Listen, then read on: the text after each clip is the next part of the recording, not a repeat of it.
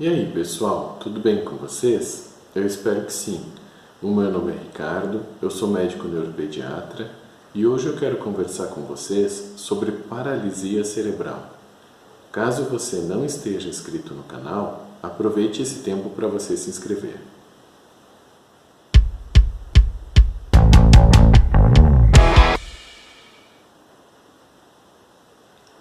Bom, pessoal, então eu vou hoje estar fazendo esse vídeo para responder uma pergunta que eu ouço com frequência aqui no consultório, se a paralisia cerebral é um problema comum. E então, para começar, a gente tem que ver o que é paralisia cerebral. Então, a paralisia cerebral, ela também é conhecida como encefalopatia não progressiva. E por quê?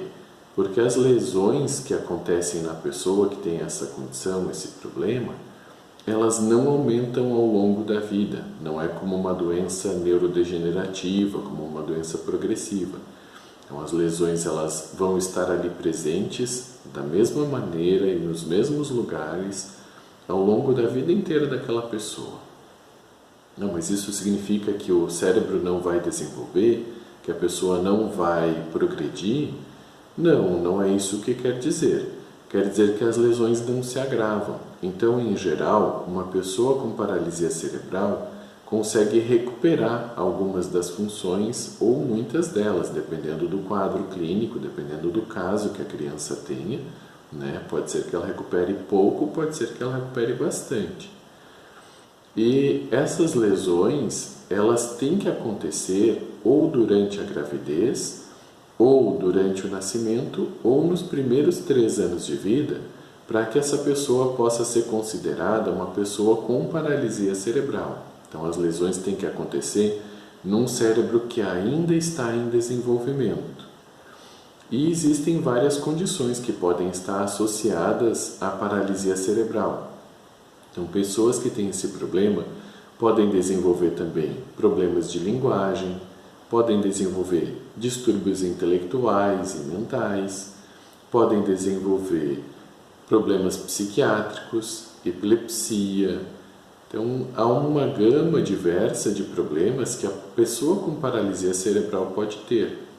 E hoje a gente não vai estar abordando todos eles nesse vídeo, porque ficaria um vídeo muito extenso, né, e muito cansativo. Então, nós vamos seguir aquela nossa proposta de fazer vídeos um pouco mais curtos e falando sobre aspectos mais específicos de cada um dos problemas, para que a gente possa estar dando para vocês informações mais diretas e mais objetivas, para que vocês possam estar pesquisando aquilo que realmente importa para vocês e aquilo que interessa para vocês aqui no canal.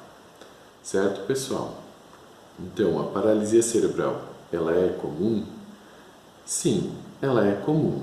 Tá? A paralisia cerebral, ela é o problema do desenvolvimento motor mais comum da infância. É de todos o mais comum. E ela acomete de 1 a 2 pessoas a cada 1000 nascidos vivos. Então, ela afeta em torno de 0,1 a 0,2% de toda a população mundial. E isso, claro, varia um pouco de país para país. E varia principalmente quanto às condições de saúde existentes em cada um dos países. Porque uma das principais causas de paralisia cerebral é a falta de acesso à assistência de saúde, né? Então, a mãe que não consegue fazer pré-natal, há um maior risco daquele bebê sofrer alguma lesão cerebral durante a gravidez, ou a mãe que tem um parto que não tem a assistência adequada, né? Ela também, aquele bebê pode ter algum tipo de complicação durante o parto e sem a assistência sofrer uma lesão cerebral. E também a criança mesmo, né, já nascida, se os serviços de saúde são precários e ela tiver algum tipo de problema de saúde e não receber a assistência devida, ela pode acabar tendo lesões cerebrais e evoluir com esse problema, né? Então, é por isso que em países que sejam países mais pobres ou países com saúde mais precária, a paralisia cerebral acaba sendo mais frequente. E além de ser frequente, o que a gente pode esperar então de uma pessoa com paralisia cerebral? Uma vez que tem a paralisia cerebral, não consegue mais fazer nada, está incapacitada? Não, nem sempre. Tá? O futuro de uma pessoa com paralisia cerebral, ninguém sabe, ele depende. Então, as lesões cerebrais elas vão comprometer o desenvolvimento, mas a extensão desse comprometimento e o grau de recuperação dessas funções, isso varia individualmente. Cada criança vai ter a sua própria recuperação. Então a gente não tem como prever. Existem estatísticas mostrando qual que é a evolução mais comum de cada tipo de paralisia cerebral. Então, que problemas a gente deve esperar, que limitações essa pessoa normalmente desenvolve, só que isso tem uma variação individual importante. Então, ter sempre em mente que cada criança tem um contexto, cada criança tem um entorno e existem inúmeros fatores, incontáveis fatores que vão ser importantes para determinar se aquela criança vai desenvolver bem, vai recuperar bem as funções, sim ou não. Então, no tratamento, é sempre importante a gente levar em consideração a criança que a gente está vendo, ou seja, a lesão que ela tem e como que ela se desenvolve a partir disto, a família da criança e a comunidade em que ela está inserida, principalmente em relação à assistência de saúde que existe lá. Então, se há disponíveis fisioterapeutas, fonoaudiólogos, os profissionais de saúde envolvidos na reabilitação em geral. Que aqui no sul do país, no sul do Brasil, a gente tem uma boa oferta desse tipo de reabilitação, mas nas outras regiões nem sempre há essa mesma oferta ou esse mesmo acesso à saúde. Então, mesmo dentro do próprio Brasil, a gente tem diferenças na evolução entre as crianças que têm paralisia cerebral nas várias regiões, porque o acesso à assistência de saúde também varia. Mas então, o tratamento ele é igual para todos? Pelo que deu para perceber, pelo que eu falei antes, não, ele não é igual para todos, né, pessoal?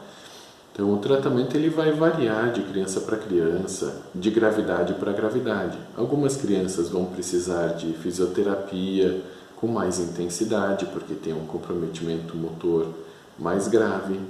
Algumas vão precisar de fonoaudióloga inicialmente para ajudar no desenvolvimento oromotor, que ajuda elas na alimentação. Algumas delas não vão precisar de fonoaudióloga, porque tem boas funções oromotoras, tem uma boa função de linguagem.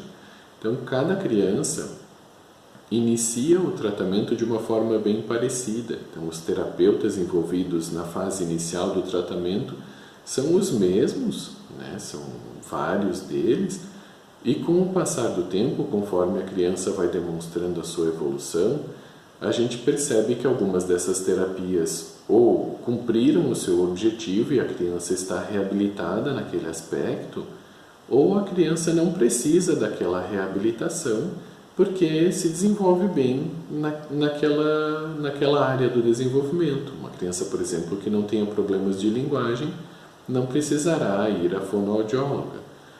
Então, cada criança terá a sua reabilitação, com o seu plano individual, porque cada indivíduo vai ter o seu cérebro. As lesões, mesmo que a gente pegue duas pessoas que tenham lesões iguais nas mesmas áreas do cérebro e com as mesmas extensões, o comprometimento que uma pode ter é diferente do que a outra pode ter, porque todos os cérebros humanos diferem ligeiramente uns dos outros. Então a gente pode acabar vendo crianças com evoluções completamente diferentes tendo lesões semelhantes. Certo, pessoal? Então, assim, nunca fiquem com a ideia de que, porque a lesão é extensa, ou, porque a lesão tem uma localização mais complicada, que aquela pessoa não vai ganhar desenvolvimento. Vai. Em geral, os pacientes com paralisia cerebral ganham desenvolvimento. O que varia nesse ganho é o quanto de ganho de desenvolvimento que eles conseguem ter, e a velocidade com que esse ganho acontece.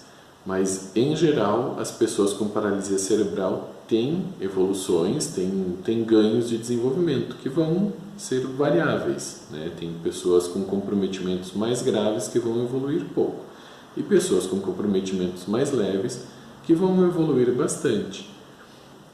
Então, o que se tem que ter em mente é que a gente não consegue prever o desenvolvimento das pessoas. Não é possível se dizer assim, olha, o seu filho não vai conseguir fazer isso ou a sua filha não será capaz de fazer aquilo.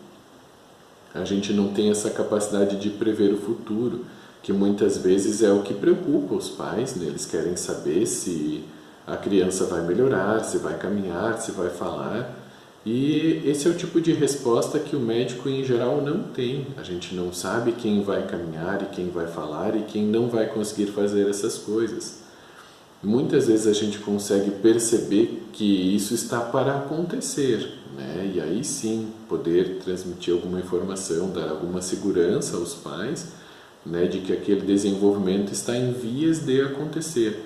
Mas a gente não consegue prever isso com antecedência, né, de ver um bebê e saber qual bebê irá caminhar e qual não irá caminhar. E por isso, gente, a mensagem que eu quero deixar para vocês, que são pais e mães de crianças com paralisia cerebral, é a seguinte: o importante, gente, não é vencer todos os dias, é lutar todos os dias, é acreditar no filho de vocês, acreditar na reabilitação que ele está fazendo e ver até onde ele consegue, ver até onde ele chega. Mas se vocês desistirem ou se vocês desanimarem, aí é que a coisa complica. Tá? Um dos principais fatores de bom prognóstico para as crianças com paralisia cerebral é a motivação dos pais e a dedicação dos pais nos processos de reabilitação. Então se dediquem ao máximo, que isso irá ajudar os seus filhos o melhor possível. Certo, pessoal? Eu espero que vocês fiquem bem, tenham uma boa semana e até o nosso próximo encontro.